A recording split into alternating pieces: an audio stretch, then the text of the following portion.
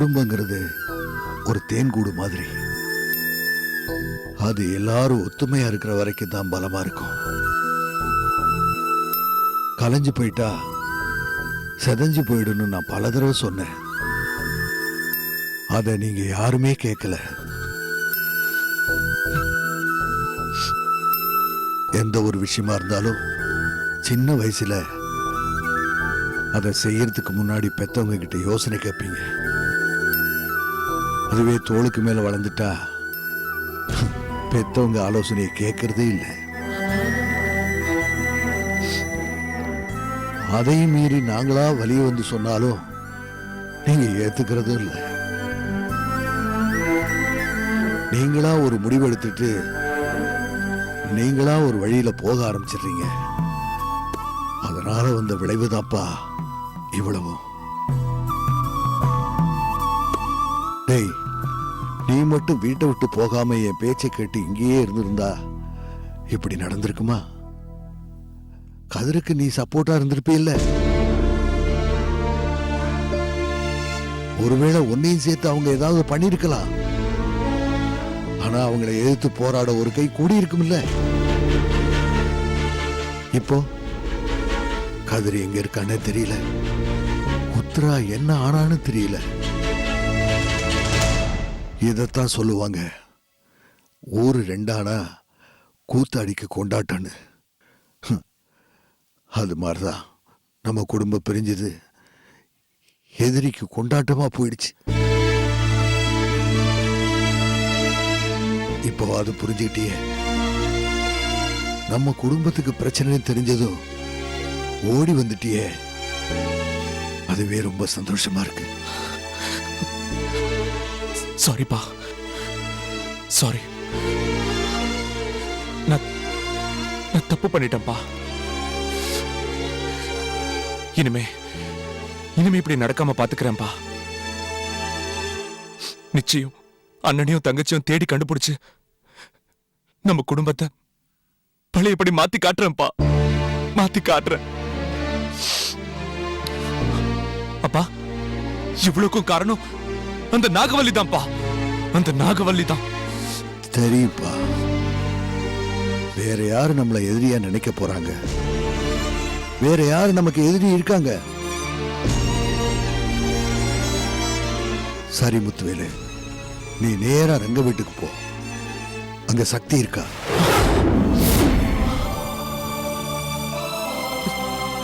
சக்தியா? சக்தி எப்படிப்பா? அந்த பாம் பிளாஸ்ட்ல சக்தி சாகல. சாகலியா? நான் தான் அவளை காப்பாத்தி சென்னைக்கு அனுப்பிச்சு வச்சேன். இப்ப அவதான் அந்த நாகவல்லியை எதிர்த்து போராட ஆரம்பிச்சிருக்கா.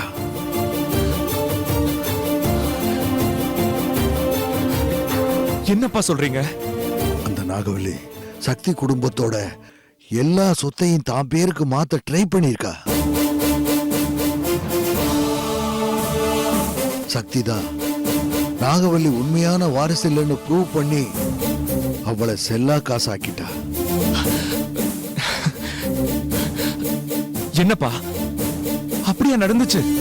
ஆமாப்பா, நீ போய் சக்தியை பாரு. அவ எல்லாத்தையும் விவரமா சொல்லுவா.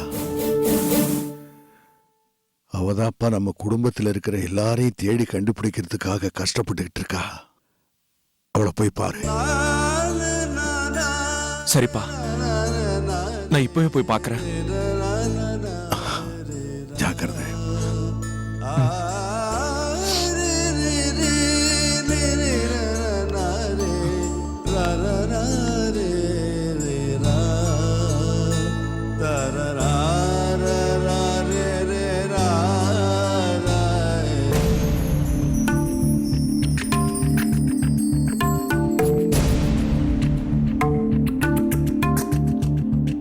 எடுத்துக்கோங்க தாத்தா.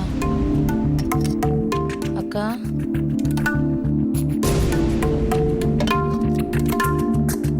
ஏங்கா இவ்ளோ தூரம் பண்ண நீங்க அந்த நாகவல்லி மேல ஒரு கம்ப்ளைண்ட் கொடுத்து உள்ள தூக்கி போட்டிருக்கலாம்லக்கா. இப்படி எதுவுமே பண்ணாம வந்து நிக்கிறீங்களேக்கா. அவசரப்பட்டு அப்படி செய்யக்கூடாது இருக்கானே. கம்ப்ளைண்ட் பண்ணறதுக்கு முன்னாடி அவளுக்கு எதிரா ஸ்ட்ராங்கான எவிடன்ஸ நாம தயார் பண்ணிக்கணும். இல்லனா அவ ஈஸியா தப்பிச்சிடுவா.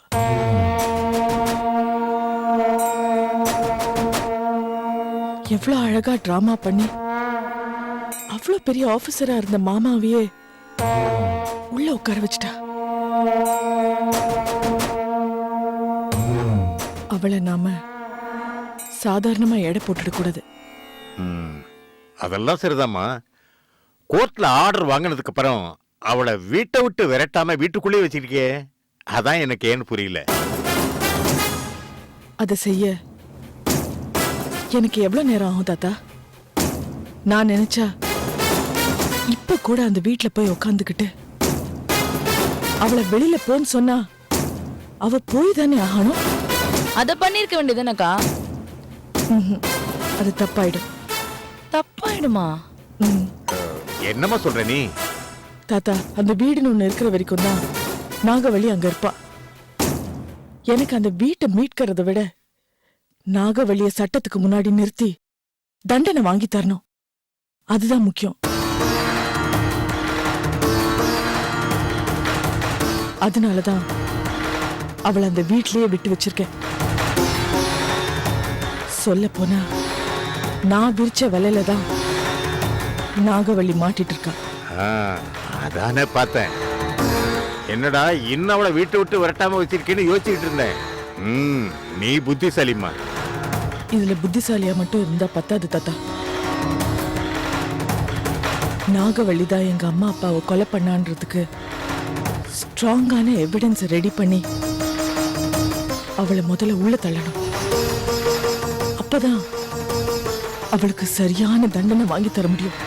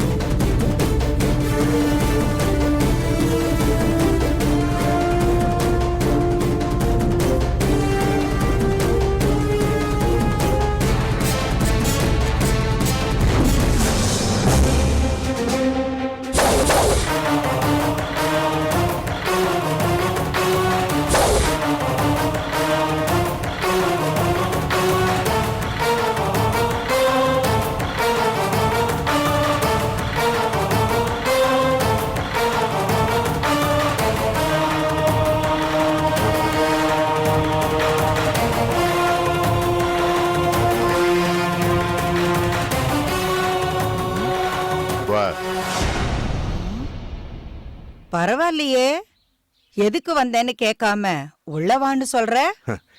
எதிரியா இருந்தாலும் வீட்டு வாசப்படி ஏறி வந்தவங்கள வானு கூப்பிடுறது நாகரிகம், பண்பாடு.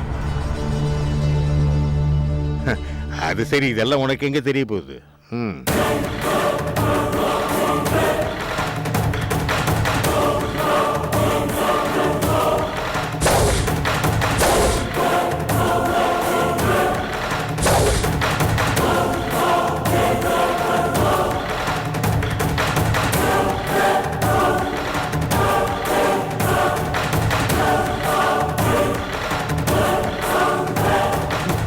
என்ன சக்தி,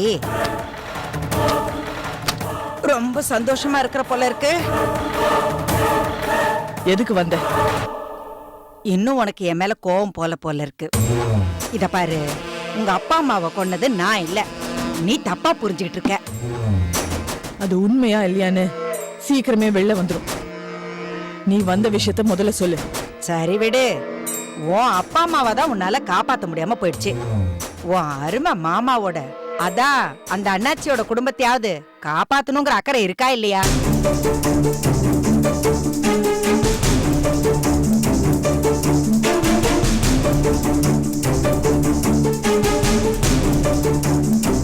நாகவல்லி தாத்தா கொஞ்சம் பேசாம இருங்க.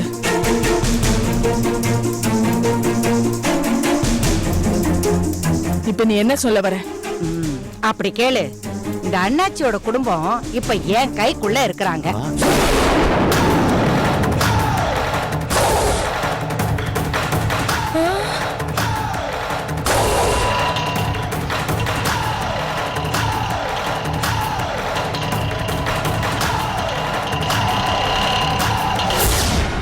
இப்படி ஏதாவது எடக்கு முடக்கா நடக்கும்னு தெரிஞ்சுதான் அவங்க எல்லாரையும் முன்கூட்டியே தூக்கிட்டு போய் ஒரு இடத்துல அடைச்சு வச்சிருக்கேன்.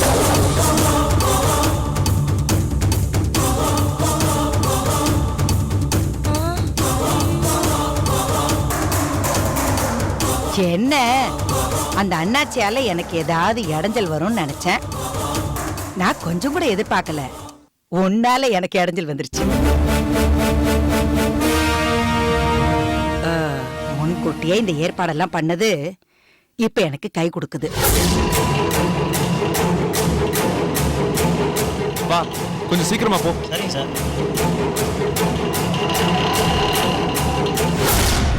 இத பாரு, விளையாடாத. இப்ப அவங்க எங்க இருக்காங்க? ஆ, என்ன சக்தி, நீ எவ்வளவு பெரிய அறிவாளி. அது எப்படி நான் அவங்க இருக்கிற இடத்த சொல்லுவேன்? இப்போ உனக்கு என்ன வேணும்? எனக்கு ஒண்ணும் பெருசா எதுவும் வேண்டாம்மா. ஒரே ஒரு கையெழுத்து, அவ்வளவுதான். கையெழுத்தா?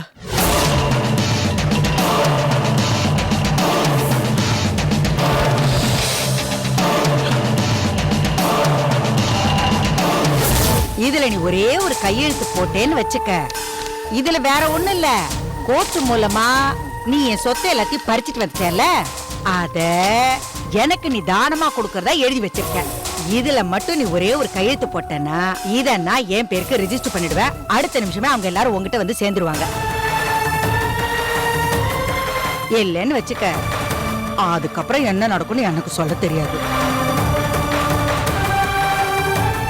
சக்தி, இந்த மிரட்டலுக்கெல்லாம் பயந்து நீ கையெழுத்து போடாத.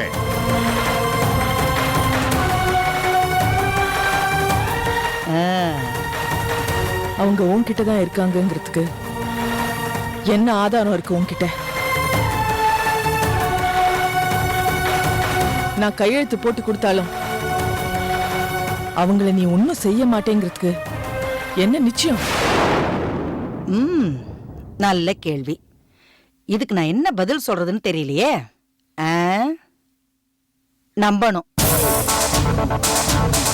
நம்பணும் சக்தி, நம்பியேதான் ஆகணும். வேற வழியே இல்ல.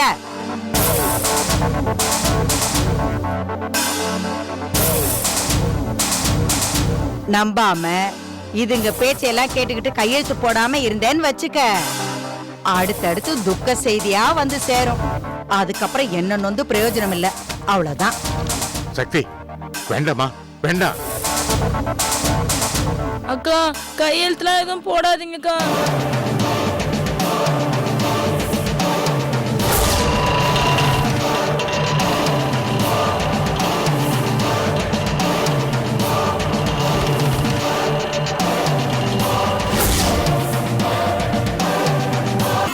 வேண்டாம்க்கா.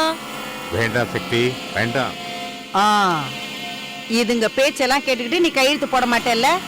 சரி விடு, எனக்கு என்ன வந்தது, நான் புறப்படுறேன். நாகவள்ளி குடு. சக்தி, என்னமா அது? அக்கா வேண்டாம்க்கா. அக்கா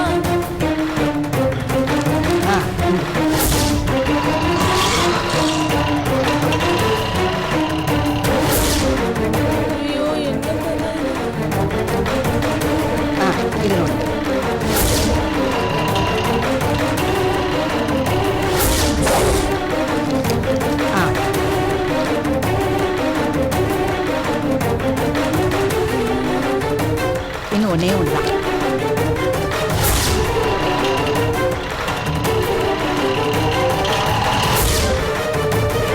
அவ்வளவேதான்.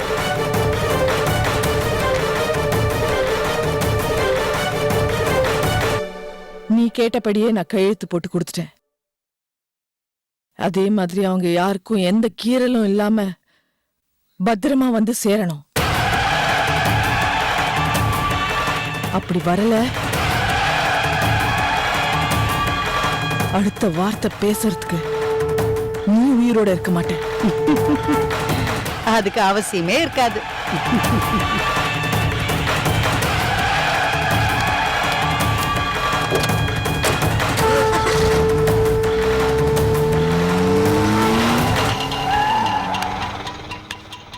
இந்தாங்க, பேலன்ஸ் நீங்களே வச்சுக்கோங்க.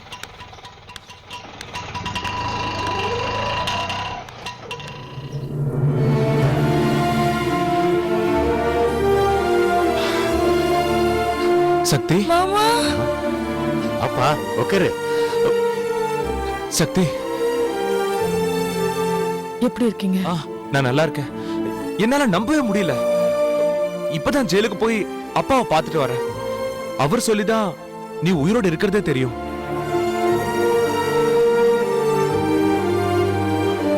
நீ செத்து போயிட்டு தான் சொல்லி உன் டெட் பாடிய கூட அம்மா தான் வாங்கி காரியம் பண்ணாங்க. ஆனா நீ உயிரோட தான் இருக்க. இந்த விஷயம் மட்டும் அம்மாவுக்கு தெரிஞ்சா எவ்வளவு சந்தோஷப்படுவாங்க தெரியுமா?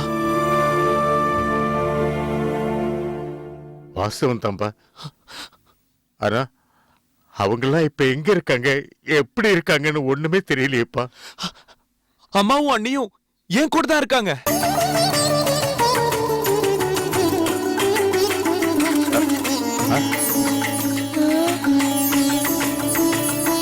என்ன சொல்றீங்க? ஆமா சக்தி, அம்மா என் கூட தான் இருக்காங்க. ஆனா அண்ணனும் உத்தராவும் தான் எங்க போனாங்கன்னே தெரியல. என்னப்பா என்ன சொல்ற? எனக்கு ஒண்ணுமே புரியலையே. அன்னைக்கு தங்கம்மா லெட்டர் எழுதி வச்சிட்டு போனது எல்லாம் எல்லாம் அந்த நாகவல்லியோட வேலைதான். ஐயோ, அப்ப எல்லாருக்கும் என்னாச்சு மாமா? கொஞ்சம் விவரமா சொல்லுங்க. ஆமாப்பா, அந்த நாகவல்லி அடியாளுங்களை வச்சு எல்லாருக்கும் மயக்க மருந்து கொடுத்து கடத்திட்டு போய் காட்டுக்குள்ள வச்சு கொல்ல பார்த்திருக்கா. அடி பாவி, தாத்தா என்ன கொடுமை இது!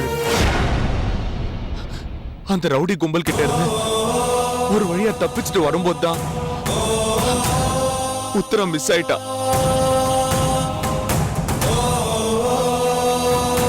ஐயோ, அப்புறம் அந்த நேரத்துல அன்னைக்கு பிரசவ வலி வந்து அவங்களால ஓட முடியல. ஐயோ,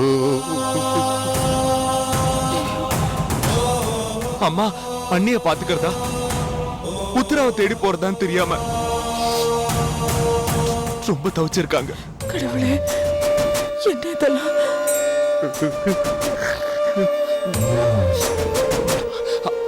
ஆனா அவங்களால அண்ணியை தான் காப்பாத்த முடிஞ்சது. ஒரு வழியா காட்டுக்குள்ளேயே பிரசவமாய் குழந்தையை எடுத்தப்போ மறுபடியும் அந்த ரவுடிங்க வந்து கொல்ல பார்த்திருக்காங்க. அவங்கள மனுஷங்களா அவங்க? அம்மா தான் அவங்களோட சண்டை போட்டு அவங்கள அடிச்சு துரத்திட்டு அண்ணிய கூட்டு வந்திருக்காங்க.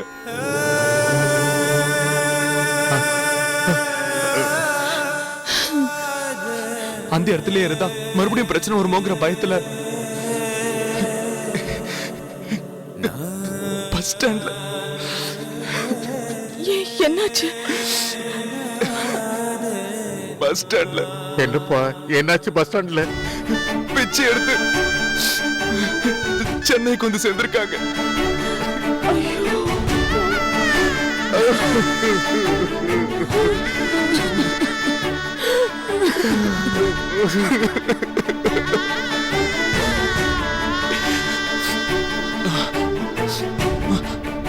முதல்ல அன்னிக்கும் குழந்தைக்கும் ட்ரீட்மெண்ட் கொடுக்கறதுக்காக ஒரு ஹாஸ்பிட்டல் கூட்டு போயிருக்காங்க. ஆனா அங்க யாரோ ஒருத்தர் அண்ணியோட குழந்தைய எடுத்துட்டு செத்து போன குழந்தைய மாத்தி வச்சுட்டாங்களா? அட பாவிகளா, என்னடா இது கொடுமை? என்ன மாமா சொல்றீங்க? ஆமா, அங்க அம்மாவும் அண்ணியும் எவ்வளவோ போராடி பார்த்திருக்காங்க. ஆனா அவங்களால முடியல. போலீஸ் எல்லாம் வர வச்சுட்டு அம்மாவையும் அண்ணியும் வெளியே துரத்திட்டாங்க. ஷுஷு.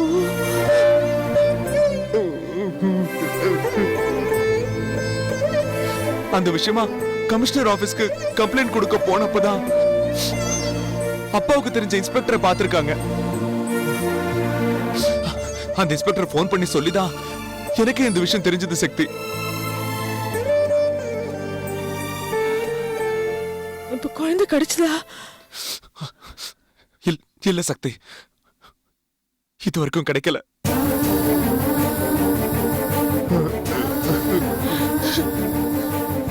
அண்ணா வேற என்ன ஆனாருன்னு தெரியல. அதையெல்லாம் நினைச்சு அண்ணி ரொம்ப அப்செட் ஆயிருக்காங்க.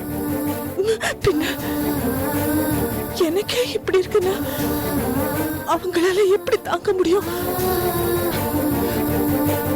பெத்த குழந்தையும் காணோம், கட்டின புருஷன் என்ன ஆனானே தெரியாது. ஐயோ, உங்களுக்கு எப்படி இருக்கும்?